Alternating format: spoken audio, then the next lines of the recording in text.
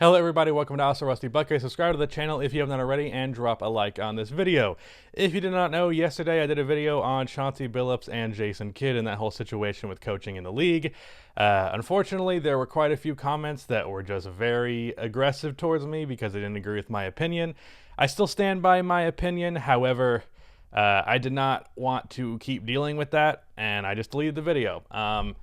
So that's why there was no video here as well yesterday. I just was kind of annoyed by that, so I just decided that I would not do a video covering Hawks versus Bucks Game 3, so that's why that didn't happen. I can cover that real quick, but I just will say, because I'm sure there'll be comments about that video, while I still stand by my opinion to a good amount, I just didn't feel like my opinion was worthy of forcing on other people on something like that, so I was just like, I don't want to deal with this. It wasn't a hill that I wanted to die on, quite, so, yeah, of course there's going to be more comments about it. It is what it is, but regardless, I still stand by what I said, but I didn't want to deal with the shit that came from it. So that's why it got deleted.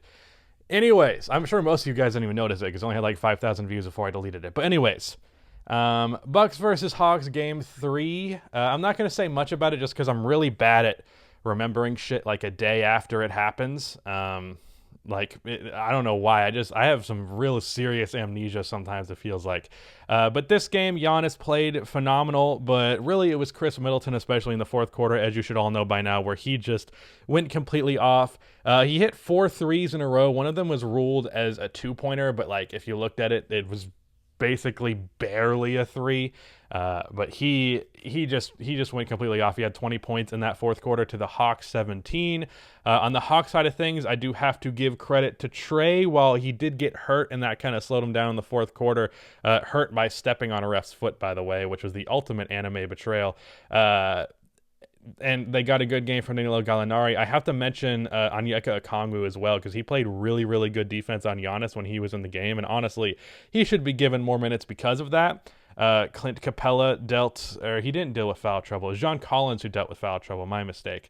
So I think that's why Okongwu got a little bit more minutes, and Gallo played really, really well in this game. But on the Bucks side of things, Middleton had that electric performance. Giannis was great, as Giannis has been throughout the entirety of the playoffs, even though people want to focus entirely on the fucking free throws. And Bobby Portis was really good off of the bench. He had some electric moments. He's always a guy that just brings energy, and he was good offensively. He knows how to finish plays. Rarely do you see them draw plays up for him, but he's always there to make something happen because he's a good shooter and he knows how to take stuff off of the dribble and create a little bit for himself and knows how to be at the right place at the right time. So credit to him for that, but for the most part, this game just felt like Giannis is great and then Chris Middleton just went thermonuclear. Probably the best game of Chris Middleton's career. I can't think of anything better than that. Now, if we can talk about today, Clippers versus Suns Game 5.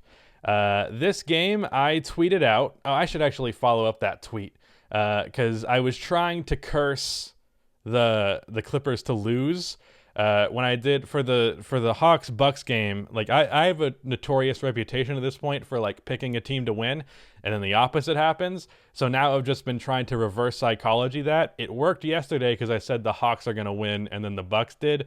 Didn't work today because the Clippers actually did win. So plan didn't work out. The Clippers did a very good job this game of actually just generating offense. I mean, it was mostly, I should mention out of the gate that Zubac did not play in this game, so that's something.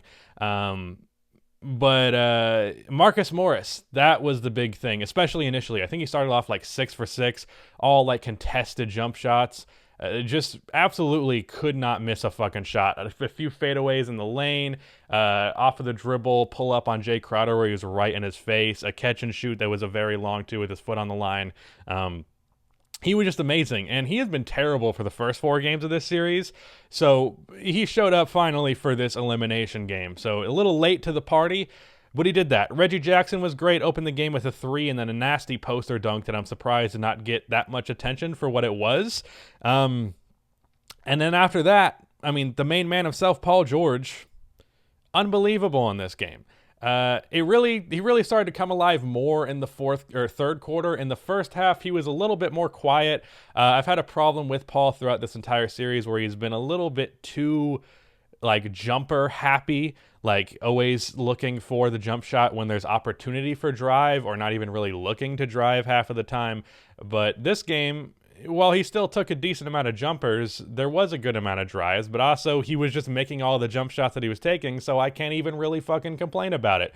So, I mean, Paul George had 6 3-point attempts in game 4 in the first quarter, so that was kind of indicative of what I'm talking about.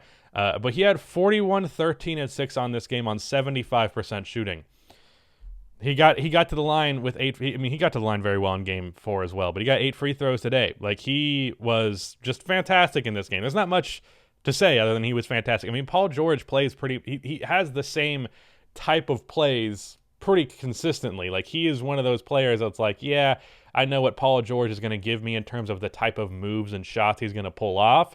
It's just a matter of whether or not he actually makes them. Like, the playoff P thing and the criticizing Paul George when he has bad games. The only way Paul George really has bad games is the shots that he normally makes don't go in. And that always seems to happen at very inopportune times.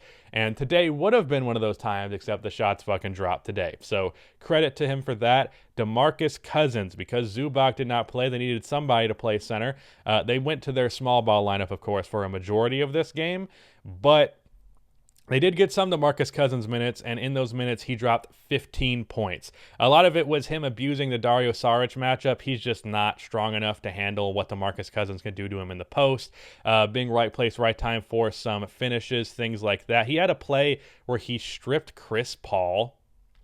Like, stealing the ball from Chris Paul is difficult for guards, let alone a fucking center, let alone DeMarcus Cousins, who's not a defensive player at all. My brain just fried there. But anyways, so that was great. DeMarcus Cousins played an absolutely amazing game off of the bench, and that was a big deal for this team, because as good as those big three were doing, the outside supporting cast outside of that, you got 7 points from Patrick Beverley, 4 from Terrence Mann, and 2 from Nick Batum. And other than the 2 from Yogi Ferrell in the last minute of garbage time, that is a grand total of 13 points from the rest of the team. So you got I guess now your big three, Reggie Jackson, Marcus Morris, and Paul George, all playing fantastic games. And then no one else was really doing anything besides for DeMarcus Cousins. So it was good that he came in and he contributed in that way. Patrick Beverley was playing good defense, but you know what I mean. On the Suns side of things, I just realized I haven't touched the Suns side of things at all. I tweeted before this game that DeAndre Ayton needs to drop at least 30 without Zubac. He had his worst game of the series. At least I'm pretty sure this is his worst game of the series. He had a bunny hook shot that he missed over Terrence Mann. Just a couple they did a good job of like finding a way to like rebound as a team rather than relying on one guy just to box out Ayton and figure it out. Like, it was like everybody's mission was to get the rebound. So he only had 11 boards in this game. I believe he had, 19 in game 4, and he had something similar to that in game 2. So just not really that great on the boards. Didn't really get that much opportunity finishing plays at the basket. The Clippers did a good job of not letting him be as dominant as he could be, or really dominant at all, because they don't have a center. But he just didn't do that much with that opportunity. Devin Booker was really good in the first quarter, and then he kind of just got a passing grade for the rest of the game. Not that he played poorly, just that he didn't play like outwardly great.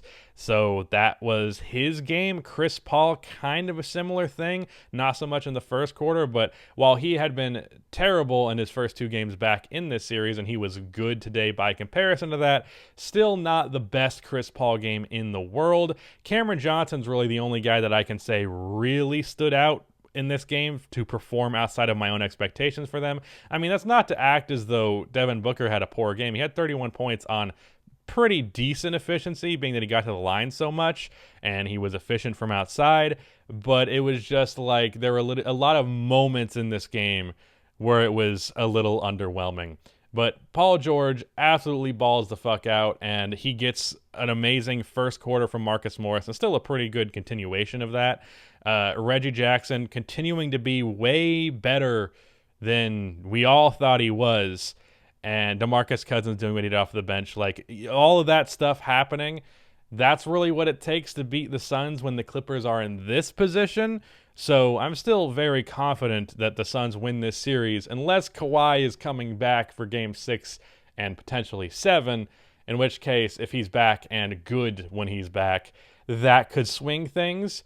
But right now, I'm still very confident that it is going to be the Phoenix Suns to win this series. So yeah, that was the video. Nothing too crazy to say about this one. Just a crazy good game from Paul George, and give him the credit for it because Paul George has been good in the playoffs. He's had a bad game here or there and bad moments here or there, but really we are just cherry picking there in a way that we wouldn't do with other players that we weren't critical of their playoff performance in the past. It's quite literally like Paul George is just not allowed to have a bad game or a bad moment anymore because he has this playoff P reputation. But if he didn't have that reputation, you guys would give him a pass for this at every fucking turn just like you would with most star players when you're reasonable. So Paul George has been good in the playoffs, and he deserves credit for it. That's something what the title is going to look like, something like that. But yeah, that's the video. Goodbye.